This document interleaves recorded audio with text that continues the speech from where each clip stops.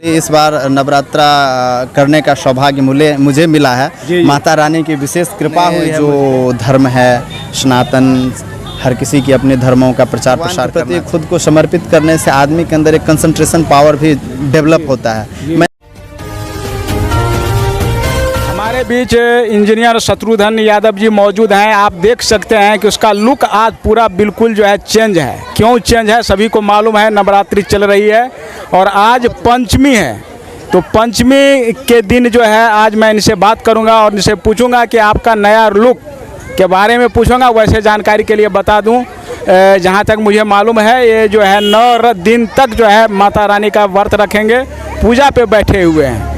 तो सबसे पहले सर नया लुक दिखाई दे रहा है, ये बहुत कम देखने को मिलता है आपको। तो क्या कहना चाहेंगे नवरात्रि के शुभ अवसर पर? सर्वप्रथम हम नवरात्रा के शुभ अवसर पर समस्त क्षेत्रवासियों सहित पूरे देशवासियों को ढेर सारी बधाई और शुभकामनाएं देते हैं। उम्मीद करते हैं कि माता रानी की कृपा सब पे बने और सबके जीवन सुखमय हो। हम मंगलमय शुभकामना व्यक्त करते हैं समस्त प्रदेशवासियों को। जी अच्छा, आपसे ये जानना चाहूँगा, आप जैसे कि नए लुक में हैं तो ये थोड़ा सा बताएंगे। जो 9 दिन तक व्रत रखते हैं क्या है, हर वर्ष रखते हैं या ये पहली बार है? नहीं, मैं हर वर्ष व्रत नहीं रखता हूँ। एक्चुअली इस बार नवरात्रा करने का सौभाग्य मुझे मिला है। माता रानी की विशेष कृपा हुई है मुझ पे कि मुझे ये अवसर प्रदान किया गया है। इसलिए मैं इसी वर्ष मैं फास्टिंग पे हूँ। वैसे मैं आपको बता दूं कि मुझे भगवान के प्रति विशेष आस्था रहता है और मैं साल की जो 24 एकादशी होती है, साल में 24 एकादशी होती है जिसमें एक निर्जला एकादशी भी होता है। मैं पूरे एकादशी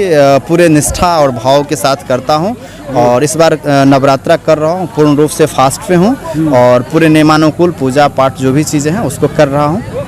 युवा को कम देखने को मिलता है, आस्था के प्रति उतना झुकाव नहीं रहता है, क्या कहना चाहेंगे? आप युवा हैं। देखिए, युवाओं को भी अपने जो धर्म है सनातन, हर किसी की अपने धर्मों का प्रचार प्रसार करना चाहिए। अगर आपके पास 24 घंटे का समय है, आप विभिन्न कार्य में अपने समय व्यतीत करते हैं, बिताते हैं, पढ़ाई लिखाई बहुत सारा समय होता है, मोबाइल में भी फिजूल में लोग बिताते हैं। तो मैं उन सबों से कहूँगा कि भगवान के प्रति थोड़ी ध्यान रखें, आस्था रखें। उससे भगवान के प्रति खुद को समर्पित करने से आदमी के अंदर एक कंसंट्रेशन पावर भी डेवलप होता है। मैंने खुद किया, चूँकि मैं अभी वैष्णव भी हूँ विगत 2016 से। 16 से नॉनवेज नहीं खाता। ऐसे ही जब मैं इंजीनियरिंग कॉलेज में पढ़ रहा था तो मेरे एक मित्र ने कहा कि आपको तो नॉनवेज से बहुत प्रेम है लेकिन आप नॉनवेज छोड़ दीजिए। तो मैं बोला कि मुझसे नॉनवेज नहीं छूटेगा। तो बोला क्यों?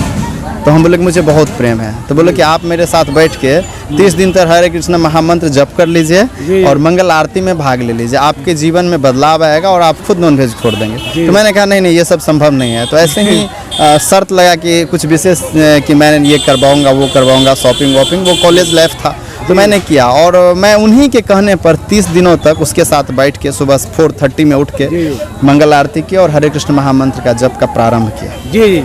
उसके बाद मुझे लगा कि नहीं, भगवान के प्रति सच्चे मन और आस्था के साथ अगर आप करो तो आपके जीवन में बेहतर होगा। और मेरी कंसंट्रेशन पावर से लेके हर चीज़ बढ़ी।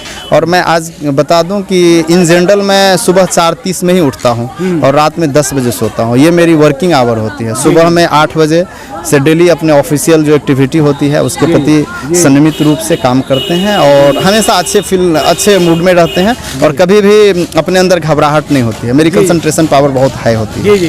ये सब ईश्वर की कृपा से होता है। इसलिए आस्था हमारा भगवान के प्रति है और सच्चे मन से भगवान का भक्ति करता हूँ। लास्ट में आपसे जानना चाहूँगा, अभी सब जैसे कि शिक्षक भर्ती परीक्षा का जो है रिजल्ट सामने आया, इस संबंध में आपका क्या कहना है? क्योंकि बहुत कम जिस प्रकार से तैयारी चल रहा था छात्रों का, इस तरह का जो है नहीं देखने को मिल रहा है। देखिए, इस संदर्भ में अभी चूँकि नवरात्र का समय चल रहा है और मैं पूजा पे भी बैठा हूँ, इस संदर्भ में विशेष बातें आपसे मैं बाद में करूँगा। मैं आपको इसके लिए स्पेशली बुलाऊँगा।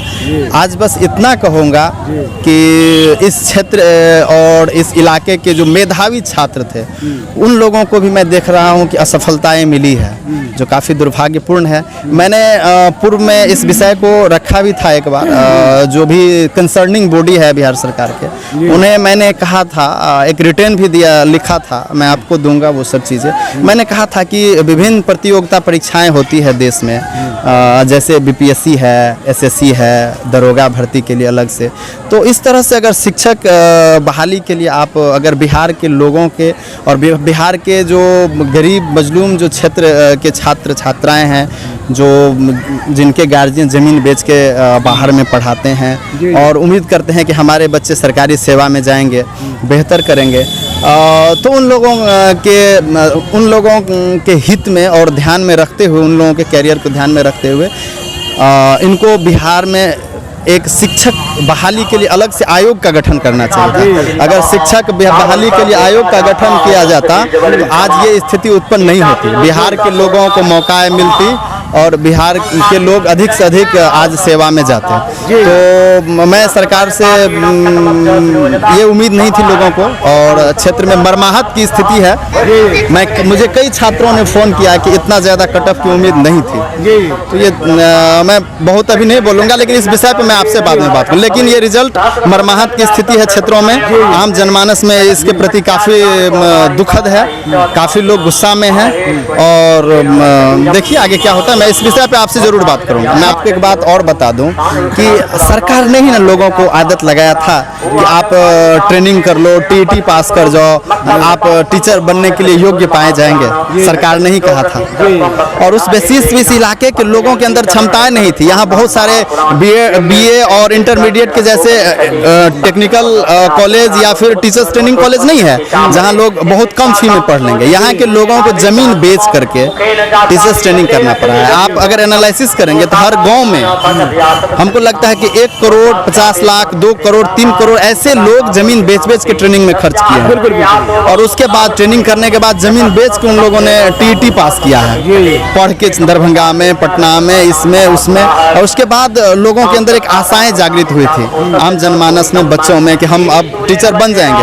और लास्ट समय तक सरकार ने कहा रहा था कि ऐसे कैंप लगाएंगे, ऐसे बहाली प्रक्रिया करेंगे, ऐसे बहाली करेंगे, और अचानक से इन्होंने पैटर्न को चेंज कर दिया। तो इन सब चीज़ों के बारे में और बात करेंगे, लेकिन मैं इस तरह की जो बहालियाँ हुई है ये आम जनमानस के भावनाओं का ख्याल कंसर्निंग सरकार ने, बिहार सरकार ने आम जनमानस के भावनाओं का ख्याल नहीं रखा है। बिहार के क्षेत्र, बिहार के गरीब छात्रों को ध्यान में नहीं रखा गया है। ये दुर्भाग्यपूर्ण है, इसका मैं घोर निंदा करता हूँ।